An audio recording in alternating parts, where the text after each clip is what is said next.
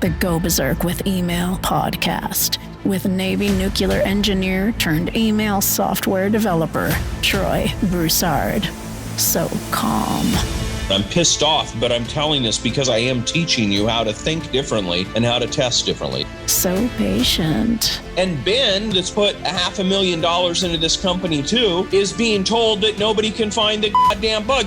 So charitable. I'm going to start paying bounties every time somebody finds a bug. We're going to deduct $10 for that week. So trusting. Do not assume that anything works. Assume that nothing works. And so sweet, it makes sugar taste just like salt. I want to play into the sexiness of marketing automation, but I also want to slap the complexity of it. The Go Berserk with Email podcast begins now.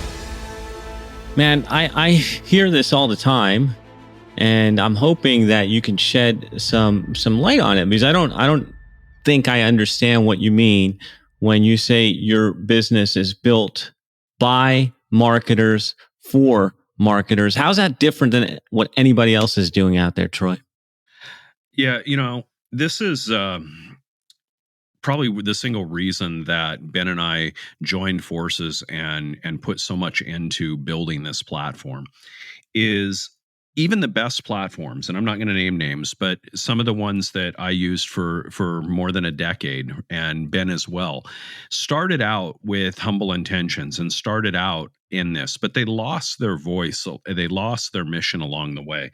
And what keeps us distinctly different is we're not looking to build a company to go public with it and make, $100 million on public financing. We're not looking to sell out to a public corporation.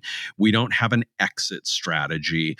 This is not a business maneuver. This is about creating a platform designed for people just like Ben and I that are daily email marketers. It's about creating a platform that is servicing its audience rather than looking to take from its audience. And unfortunately, most of our competitors will brag about how they just got 50 million in funding here and 100 million in funding there. And you look back and you say, okay, great. What have you done for me? You've redesigned stuff. You've done all kinds of branding. You've expanded your advertising. How does that help me? I'm the user, and it's twice as hard to use your damn platform today as it was before all that funding. So what the hell, right? Like, that is not our mission. We're not trying to build a retirement plan on the back of our users. We're trying to provide the best email experience we can to those who make their living running a business through email, which I would argue anybody in the entrepreneurial world should be using email. So that is really where it's distinctly different. Now, I am a developer, right? My background is in developing. I started writing code as a teenager, so far back. I hate to date myself, but I learned to program on a cassette tape memory storage device that you had to plug into the computer. Okay. Today we operate with fifth generation, sixth generation languages. We call them 5GLs that start out 3GL, 4GL, 5GL. And what it stands for is it's like a programming language that was written by a previous generation, right? So we're getting to 5 generations deep. Well, I started writing in assembly language and machine language, right? And machine language is literally the father of all. You're moving memory registers around before functions even really existed, just moving memory around. And that's where I started programming. So I've been doing it for a long friggin' time. And I went so deep into programming. I mean, as a teenager, I got a job teaching a local architect how to do CAD because I, as a teenager in high school, I had won the state fair doing this CAD computer-aided design of a Lamborghini Countach that I had done multiple layers and colors and plotted it out on a great big plotter. And so I literally would go after school and work for an architecture firm. I didn't know anything about architecture, but I was teaching them how to use a plotter and CAD software so that they could streamline, instead of drawing all of their plans by hand, they could do it in a computer-aided design platform. So, I mean, I've been programming for a long time. I get the designer, the developer mindset. We're a very misunderstood bunch. We really are. Most people think of programmers as very nerdy, techie, non-creative type people. But actually, the mindset of a programmer is very similar to an artist. We are very, very creative. We're technologists. We use technology to create. We don't paint with a brush. We paint with mental constructs. But at the end of the day, it's the same thing. We start with a blank canvas and we create something from scratch. We're very, very creative people. But most people don't understand that. But one thing that developers generally are not very good at, and I'm sorry, I love developers. I built my life around development, but I can also, stare the man in the mirror and call him out for what he is. And at the end of the day, most developers are not good business people. They think in terms of the end result, and they think in terms of how to get there from a programming perspective as quickly and easily as possible. They want to get as many end results as possible. They want to chalk up a whole bunch of wins and get a bunch of things accomplished. And that's great from an efficiency standpoint. But when you look at how a program really should be created for the end user's perspective, and this is something I learned working at Encyclopedia Britannica, where you have a very, very intellectual user base. When I was developing software for Encyclopedia Britannica, my users were not the customers of the company; they were the workers of the company, right? So my customer base was the editors and the writers and the fact checkers and all of that in the company. And these are people with multiple PhDs and master's degrees, and I felt like a mental midget in comparison to the people that I worked with. They were all brilliant people, and I had to interact with how can I get the software to be easy for them to use. And this is something that I learned early on in my development career. And unfortunately, it's a lesson that most developers have never learned. and that is that the hardest thing in the world that you can do as a developer is to make it easy for the end user. So when the end user says, "Oh, I just want it to do this," and it's really a simple thing that they're asking for, and it, intellectually, conceptually, it is very simple. To do and achieve that on the programming side is the hardest thing you can do. And so what happens is that it really takes strong leadership on the company, such as a Steve Jobs, who was absolutely hated most of the time. People love to hate him or hate to love him, one of the two. But he was, a very poignant, strong leader. And in order to release something like the iPhone, which was inherently simplistic, enough so that my, 86-year-old mother can operate the iPhone without instruction, right? To create something that simple to use is the hardest thing in the world to design and code for, right? So where I'm going with all this and why it's relevant is that most platforms out there on the email side, they're created by developers, and they're trying to compete with each other, and they're trying to check off what I call featureitis. They're saying, hey, our XYZ competitor has this feature. We need to bolt this feature into our platform. Never mind if that feature is even something you should be doing as an email marketer, or if it provides any ROI or value. They want to compete from a business perspective, right? They're competing on featureitis. And so you've got developers that inherently geek out on the tech, and then you've got business people that are trying to sell the business or get another round of 50 million in financing. And so they're selling not to the end user, they're actually selling to their investors. And everybody's taking care of everything except the damn end user who's paying for the friggin' business. And I just find it absurd. I just find it insulting and rude and absurd. I don't want to spend my time creating a bunch of stuff just to say that we've got the same feature that XYZ company does. I'm not in the business of featureitis. I'm not in the business of making investors happy and chasing down venture capital. I couldn't give a rat's ass about any of that. What I want is a platform that my users use, get results from, and enjoy. And that's what I'm focused on. So, when Ben and I say that this is a platform built by marketers for marketers, that's what we really mean. We stand out in the marketplace because we are really about serving our own user base, because we are the number one and number two users of our platform. Like, nobody out uses the platform than us. And that's because we practice what we preach.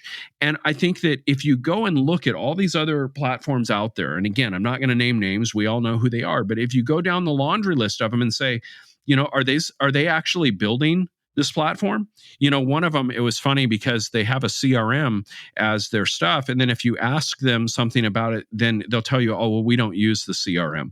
We actually use Salesforce. And I'm like, What? oh, interesting. So you're selling a CRM that you don't even use well, that's because we've outgrown it. And they give you all these justifications and all this stuff. And it's like, say whatever you want. At the end of the day, you just told me you make dog food you're not willing to eat. And I just philosophically can't agree with that.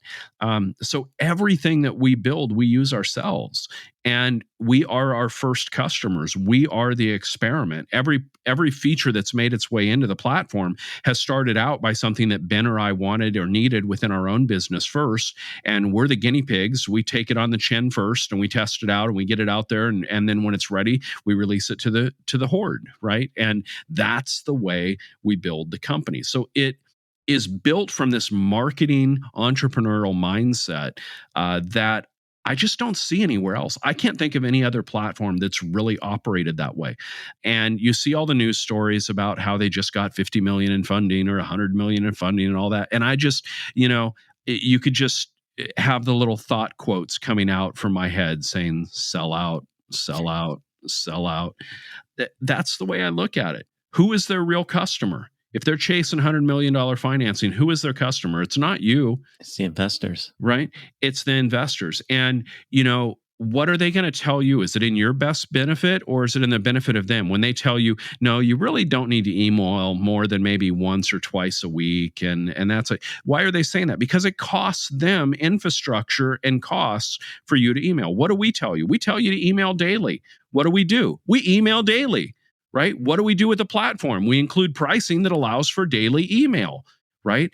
We practice what we preach. We market the way we sell the way we market, and we're marketing to ourselves, other entrepreneurs that are living and dying by the effectiveness of their email marketing. And I think that, understanding that distinction of a platform and who its real audience is, tells you everything. I can tell you right now that this company will never go public. And I am perfectly willing to put that in recording, in writing, forever published on the intrawebs. I will put that out there. Ben will echo that. We have quite publicly stated numerous times, you know what? There's billion-dollar private companies. You can make a lot of money and be private. We are not selling out to go corporate. And I'm sorry, but when you go corporate, you do sell out. There is no negotiation on that. You are now in service to your investors, and they dictate the priorities and they dictate the direction. That's the very nature of a public company. It's something that we'll never, ever do. And, on that note, I think we have pretty much hit my final point. I do have one more question because I'm kind of curious before we wrap this up, because you've talked about, and I respect this about you guys, is the fact that you built something that you wanted to use. And I hear that, and everything you say is like, hey, we're using it first. We're using it for ourselves, and we believe in it. You guys can come along for the ride, which is the entire opposite of neediness. But at the beginning, you talked about how some of these other companies are obsessed with all the extra features, and they just want to keep bolting on features. And I know that you're very protective of your users, and you don't want to keep bolting on features they don't need. So how do you guys figure out what features are really worth including and what features maybe are not so important? Yeah, that's always a delicate line, right? At the end of the day, it comes down to, does it further the effectiveness of the platform without making it cumbersome? We have a lot of options in the way that it's set up. There's a lot of things that it's really kind of a choose your own adventure configuration. You can personalize and alter the way it behaves. Ben uses Berserker Mail very differently than I use it. He doesn't even really use tags hardly. He doesn't use automation per He's a se. caveman. Yeah, man. And that's fine. It works perfectly well in that scenario, right? I use it a little more elegantly, a little more sophisticated with some more higher end features, but it doesn't make it better. He's far more effective as an email marketer than I am. So it's not about one being better than the other. It's about what is your style.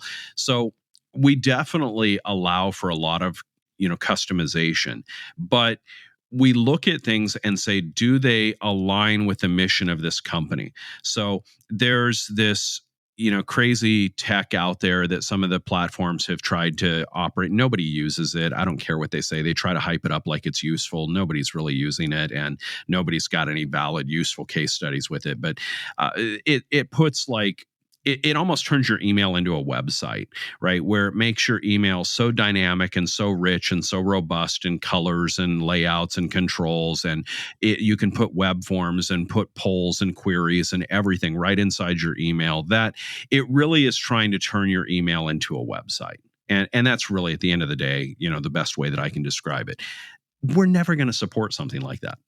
It fundamentally goes against everything that we teach, believe, do. We're never going to do that, right? So there's certain things that we just have a hell no list on, right? It upsets some people that we have images on the hell no list, but we're not going to do it. It does not improve the effectiveness of email for our target audience. Now, some people may argue that it's imperative for them. They've got an e-commerce store and it's imperative that they show images. I'm going to tell you, I don't even agree with that. I really don't. I think it's the lazy way out. It's, people are much more drawn into the story. You can describe a piece of art in such beautiful language that you draw somebody in and create such a desire to want to see it that they'll click to go see it on your website, right?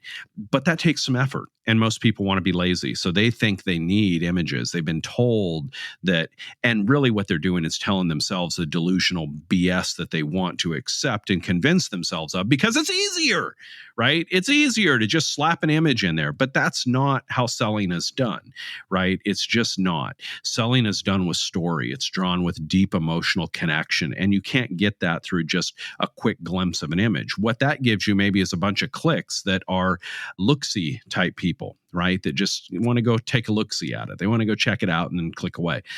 We don't do that. So that upsets some people, right? They don't want to come to our platform because we don't support images. But that's okay. Those aren't our people. Our people understand that it's more sophisticated than that. They understand that they want to appeal to the people that are deep thinkers and strategic investors and strategic customers that are going to align with them and look forward to their emails and have a relationship with that person, because that will make sales much longer than images.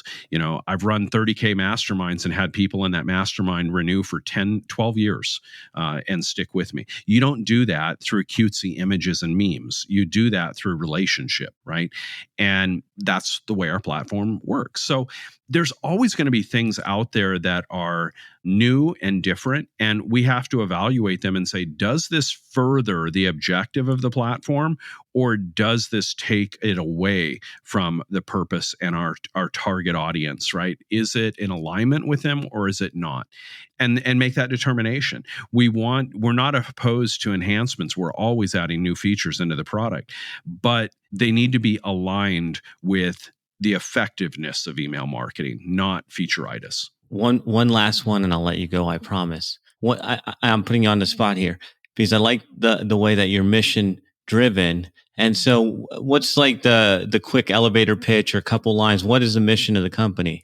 The mission is quite simply to make a platform that is designed for email marketers to enjoy doing what they do and be as fast and effective as possible with it, right? I know that writing a daily email takes time and effort. It does. It's not a trivial thing. It's probably the single most productive thing you can do with your business, but it does take time and effort.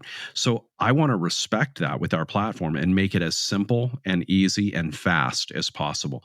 And, when you look at sending an email through our platform and as few as, 2 or 3 clicks, compare that with platforms that take you, 27 to 30 clicks and having to realign and copy and paste and drag. And you can't even copy an email that you write offline and paste it in because it's got to be formatted in their formatter with the little cutesy blocks and the little pretty drag and drop and all this crap that just gets in the way of what you're trying to do. What happens?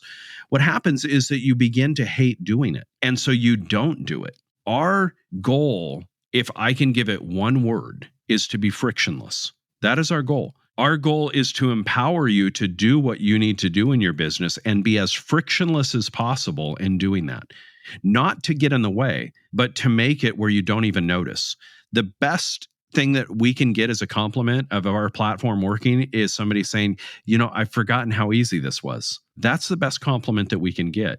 And every now and then we still do it. I still get emails from Ben probably once every 2 or 3 months. I'll get an email from him and he's like, God, I just got to send you this email because this thing is so simple. I've forgotten how easy it was. And I actually had a double take. Did I miss something? Because it was just so simple. And that's what we want, right? We want it to be an empowering platform, not something that gets in your way, not something, we don't want it to be the eating broccoli of your day where you've got to just, pound down the broccoli because damn it, you need some greens and you got to do the work and you got to spend 40 minutes in the stupid email browser dragging around this and doing that. Just like, that's not what we want. We want something that is frictionless, something that doesn't get in the way and allows you to make money easy without having to, be a slave to it. So that's our mission. One word, our mission is frictionless. I like it, man. I want to thank you for everything you're doing.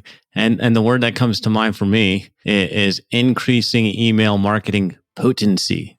Like there those old go. 60s ads, right? Be more potent. Well, nobody wants to be impotent, so right. There you go. Yeah.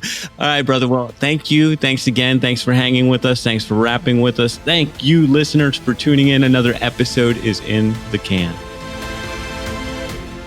To get a free Berserker Mail test drive with no credit card required, go to startmytestdrive.com. From there, you can play around inside the platform without pressure. Load up emails and campaigns to see how simple the interface is, and get comfy with everything before deciding to join. That's startmytestdrive.com. This is thepodcastfactory.com.